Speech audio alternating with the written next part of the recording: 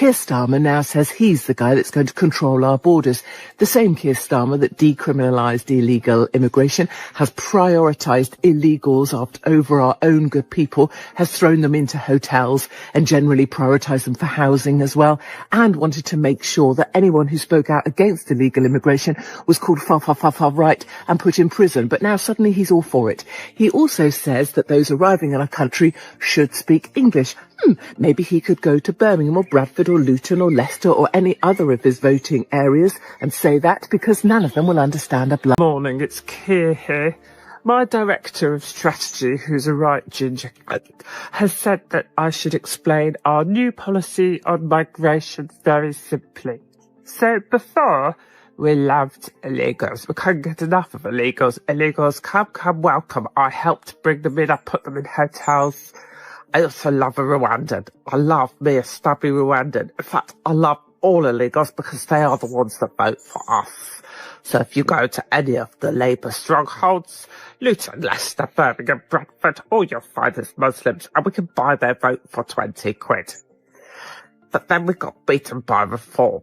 So now we say, we cannot stand illegals. We are the ones that will control the border. You can trust us. We will stop them coming. Something explosive is happening inside British politics, and it all centers around one man who can't seem to decide what he actually believes. Keri Starmer now claims he's the tough new sheriff who's finally going to control our borders. But critics are asking a simple, devastating question. How can the same man who once decriminalized illegal immigration, housed thousands in hotels, prioritized them for housing, and labeled anyone who questioned him far-right, suddenly transform into the defender of national sovereignty? This isn't a policy shift. This is political whiplash, and the country is... Here's the thing, Keir. I've had a thought that fixes a lot of your problems. So, you're looking to put boots on the ground in Ukraine, specifically Kyiv. I thought, why don't you get all the people that had a Ukraine flag on their social media profile? Obviously, they had to take down their NHS one and their LGBTQ one to put up the Ukraine one. But those people, and the people who took in a Ukrainian into their homes like a little pet, you know, just for Christmas.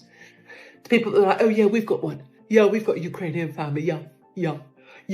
We've got a Ukrainian family. Yeah, because we're a better kind of person. Yeah. Comrades, my name is Keri Starmer, and I'm here to fuck the foundations. When I became your Prime Minister, not only did I get new hair and glasses provided by a donor who now has full access to 10 Downing Street and my bedroom, we were promised 3 things. Number 1, we would be fully costed and fully funded. We're so fully funded and fully costed, we're essentially just like Katie Price or HS2. Or the public sector in Argentina pre-Milei, depending on your sense of humour. In order to make the £22 billion hole in the budget even worse, we have spunked a whole bunch of cash at train drivers and junior doctors. This guarantees 2 things. Number 1, Keri Starmer has been in Italy with Meloni. So you've got a left-wing, radical left-wing human rights guy over with what would be labelled as far-right Meloni in Italy. Now, I appreciate many of you will know much of this already, but it bears repeating at some level. Firstly, Meloni has been very successful at getting migrant numbers down.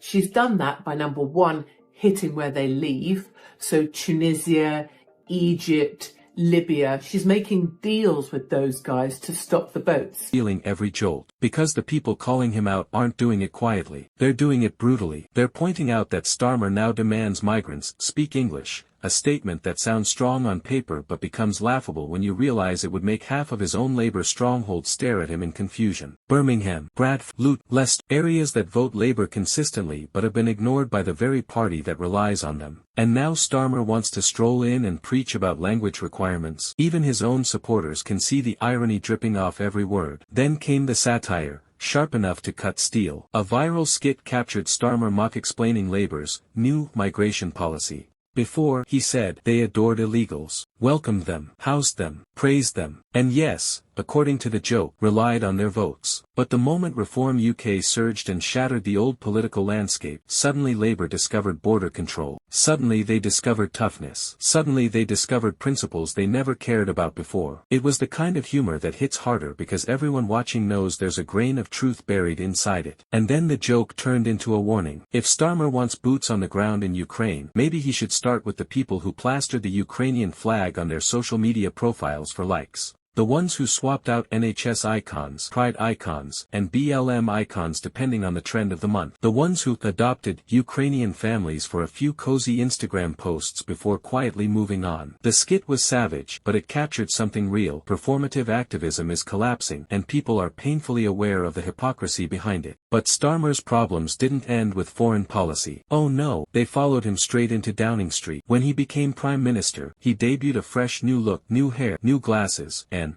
according to critics, new donors who now enjoy access not just to number 10 but, allegedly, his private space as well. And behind that polished image, his government made 3 big promises: be fully costed, fully funded, and fully responsible. Instead, what did the country get? A £22 billion budget hole, massive payouts to train drivers and junior doctors, and a spending plan critics compared to everything from Katie Price's finances to the pre-collapse Argentine public sector. It would be funny if it wasn't so expensive. And just when you think Starmer's week couldn't get any stranger, he pops up in Italy with Giorgia Meloni. Yes, Meloni, the leader the media loves to brand as far-right. What is a supposedly radical left-wing human rights champion doing shaking hands with Italy's toughest border enforcer? It's a question echoing across Europe, and Starmer has no answer. Meanwhile, Meloni has done what British leaders haven't managed in years. She's actually reduced illegal boat crossings. How? By going to the source. By striking deals with Tunisia, Libya, Egypt, cutting off the routes before the boats ever appear. And that's where the real contrast becomes impossible to ignore. Meloni is doing what Starmer merely talks about. She's taking action where he's making speeches. She's cutting numbers while he's cutting sound bites. And suddenly Britain is left asking the question that should terrify Starmer more than any poll, journalist, or political opponent.